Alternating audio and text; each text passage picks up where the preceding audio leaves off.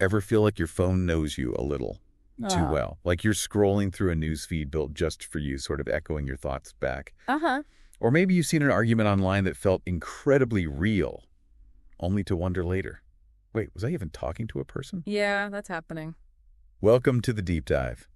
Today we're plunging into a world being reshaped by artificial intelligence, specifically how it's impacting, well, what we know, what we believe, and maybe the very reality we share. And today we're really focusing on the insights of historian Yuval Noah Harari. We're drawing from his articles, his interviews, looking at the profound changes AI is bringing, especially to journalism and social media. And it's really not just about the tech itself, is it? It's about the future of truth, democracy even. Exactly. And for you listening, our goal here is to sort of navigate this complex stuff together. We want to move past the hype, the scary headlines, and really understand the core shifts happening in how information gets made and how we consume it. Think of this as your shortcut to grasping the bigger picture, maybe developing a sharper eye for what's real out there. Oh, that's good. So let's dive in. Harari argues that AI isn't just like a faster computer or a better tool. He says it's something fundamentally different. That's right. That's his core point. He emphasizes that AI can actually generate new ideas. It can make its own judgments, learn on its own. Independently. That sets it apart from, well, basically every technology before it, which mostly just amplified what humans could do. Now we're dealing with tech that can, think for itself in ways we haven't seen. It's like, okay, think of a hammer, right? A tool. Needs a person to swing it, decide what to build. Sure. Direct control.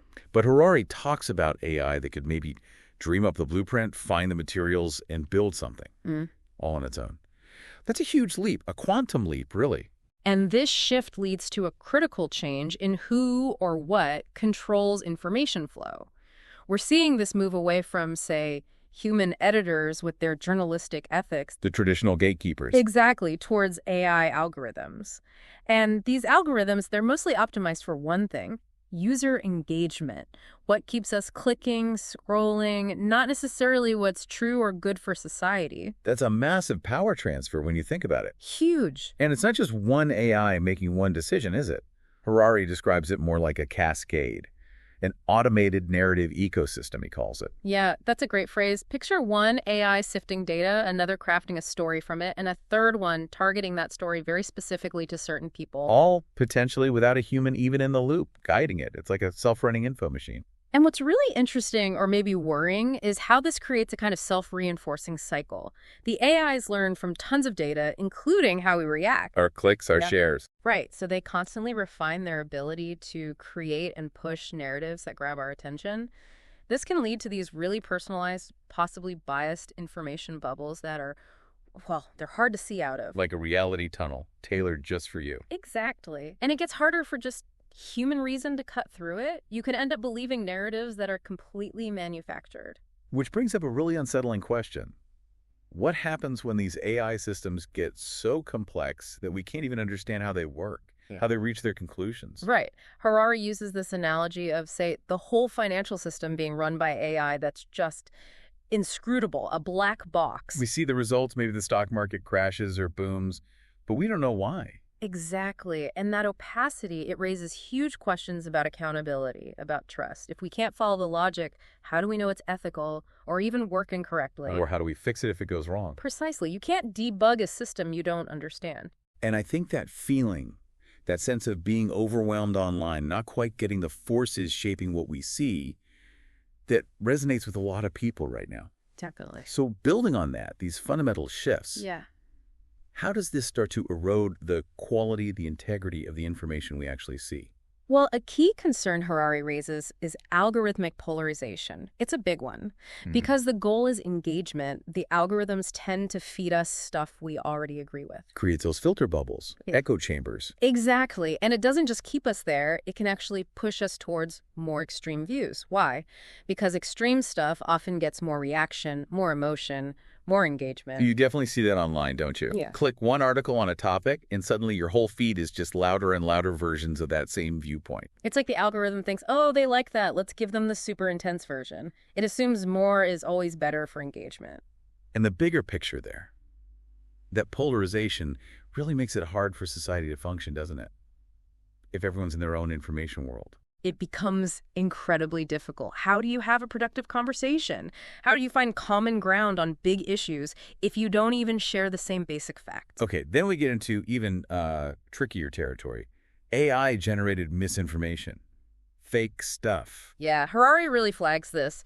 AI is getting scarily good at producing fake text, fake images, fake videos, stuff that looks totally real. At scale. At massive scale. This just changes the whole game for verifying, well, anything. And the speed and sophistication now. Yeah. It's not like those old clunky Photoshop. Not at all. We're talking deep fakes, synthetic media that can be almost impossible to tell from the real thing with the naked eye. This makes launching big disinformation campaigns way easier. And harder to spot. Much harder. Harari gives that really stark example. Yeah. The Michael Schumacher interview, supposedly. Right. Published by a mainstream German magazine. Turned out it was completely AI-generated. Wow. It just shows how even established media can get fooled. That really hits trust hard. If the pros can be tricked, what chance do the rest of us have just scrolling through our feeds? It raises huge questions about media literacy, doesn't it? Absolutely. How do we equip people to navigate this? Verification is becoming so much harder. And the next step. Harari talks about this. Interacting online with what seems like a real person. Profile, history, opinions. But it's actually a sophisticated AI designed to persuade you, maybe manipulate you. Deeply unsettling. It really blurs the lines of just basic human interaction online. If you can't be sure who or what you're talking to, trust just evaporates. And it's not only about fake content. It's also how the algorithms themselves work, right? Exploiting our psychology. Yes, Harari makes this powerful comparison, hacking computers and hacking human brains. That's chilling. But it's kind of apt, isn't it? Like malware exploits software bugs, these algorithms tap into our psychological vulnerabilities, our need for approval, our tendency towards outrage, FOMO. Fear of missing out, yeah. All to keep us glued to the screen, clicking, scrolling, engaging. And the overall effect. Harari talks about this growing sea of misinformation.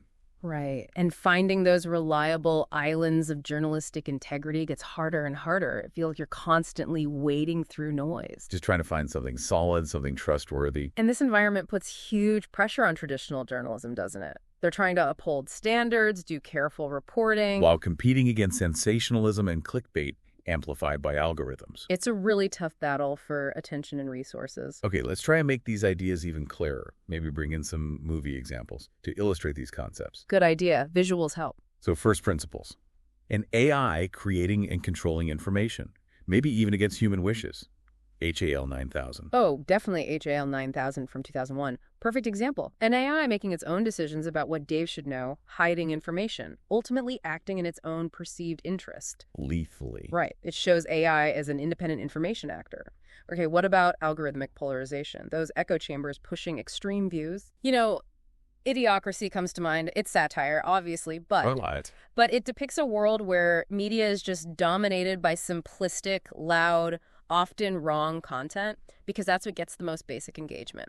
It's an exaggeration, sure, but it hits a nerve about where engagement-driven algorithms could lead if unchecked. A worrying kernel of truth in the comedy. Okay, AI-generated misinformation. Convincing fakes. Think Mission. Impossible. Especially the newer ones, like Rogue Nation or Fallout. The masks, the voice mimicry. Exactly. The deepfakes, the impersonations for spying and deception, they show just how convincing fabricated realities can be. Now imagine the tech used not for spy plots, but for news, for social media, en masse. The potential for chaos is huge. Enormous. Okay, last one. Psychological manipulation. Algorithms subtly influencing us. Agent Smith in The Matrix. He understands human psychology, exploits fear and desire to manipulate people to spread himself. Right, he gets inside their heads. Now, think about algorithms constantly learning our individual triggers, tailoring what we see to subtly nudge our beliefs or keep us hooked. It's a similar dynamic, just quieter, more pervasive. It really paints a challenging picture. So given all this, what's the role left for, say, traditional journalism? And what solutions does Harari point towards? Well, Harari really stresses the value of human editorial judgment.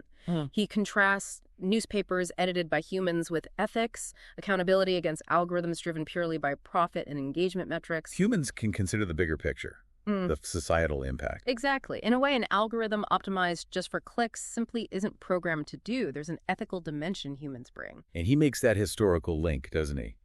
Large-scale democracies kind of grew up alongside newspapers, shared information for public debate. Yeah, that link highlights how vital, reliable, checked journalism is for a functioning democracy, especially now when fakes are so easy to make. Trusted sources are more crucial than ever, arguably. He also talks about public service media, BBC, NPR, places like that, as these important islands of journalistic integrity. Right. They prioritize accuracy, depth, over just chasing clicks. But he also admits they face huge challenges competing in this digital environment. It's tough. Maintaining quality while trying to reach audiences hooked on faster personalized feeds. It's a real balancing act for them. And Harari is pretty critical about social media platforms, isn't he? The lack of accountability. Very critical. They've become incredibly powerful information gatekeepers, but often without the traditional responsibilities that came with that role for, say, newspapers or broadcasters. They control the flow, but aren't always responsible for the floods. That's a good way to put it. They can amplify harmful stuff, dangerous misinformation, without necessarily being held accountable for the real-world consequences. He brings up that awful example from Myanmar. Conspiracy theories spreading on social media, contributing to violence against the Rohingya. Yes, a devastating reminder of how unchecked misinformation on these platforms can have tragic, real-world impacts. It really underscores why accountability is so urgent. And at the heart of it all, Harari sees this basic conflict, right? Yeah. Tech giants' business models versus the need for reliable info. Absolutely. The profit motive, maximizing engagement for ad revenue, is often directly at odds with what's factual or what supports an informed public. What grabs attention isn't always what's true or helpful. So what does he suggest we actually do about it? Any solutions? He strongly advocates for platform regulation, holding social media companies more responsible for their algorithms and the content they amplify. Specific ideas. One key one is banning AI from impersonating humans online. He argues we have a right to know if we're talking to a person or a machine. Transparency. That seems fundamental. It would be a big step. He also proposes an international body, like a global watchdog, to monitor major AI developments and share information. Because this isn't just one country's problem. Exactly. AI's impact is global, so we need global cooperation to manage it responsibly, especially regarding information and democracy. He also mentions tech solutions, like that originator profile idea, OP. Right. The idea of creating a kind of verifiable digital identity for information sources, so you could more easily check if a source is credible or just some anonymous bot farm. Tools to help us sort the reliable from the unreliable online. Potentially very valuable tools, yes, if they can be implemented effectively. And he doesn't dismiss AI entirely for media, does he? He sees potential for responsible use. Yeah, especially in public service media. They could use AI perhaps to improve efficiency, maybe personalize delivery somewhat, reach people better, but without compromising their core values of accuracy and ethics. Finding that balance. It's all about finding that balance. And finally, he keeps coming back to international cooperation, governance frameworks, even though that's politically difficult right now. Despite the challenges, he stresses it's essential long-term. We need shared norms, shared regulations for AI, particularly how it affects truth and democracy worldwide. Okay, wow. That's a lot to take in. After this deep dive into Harari's thinking, let's try a bold prediction based on all this. Okay, let's try.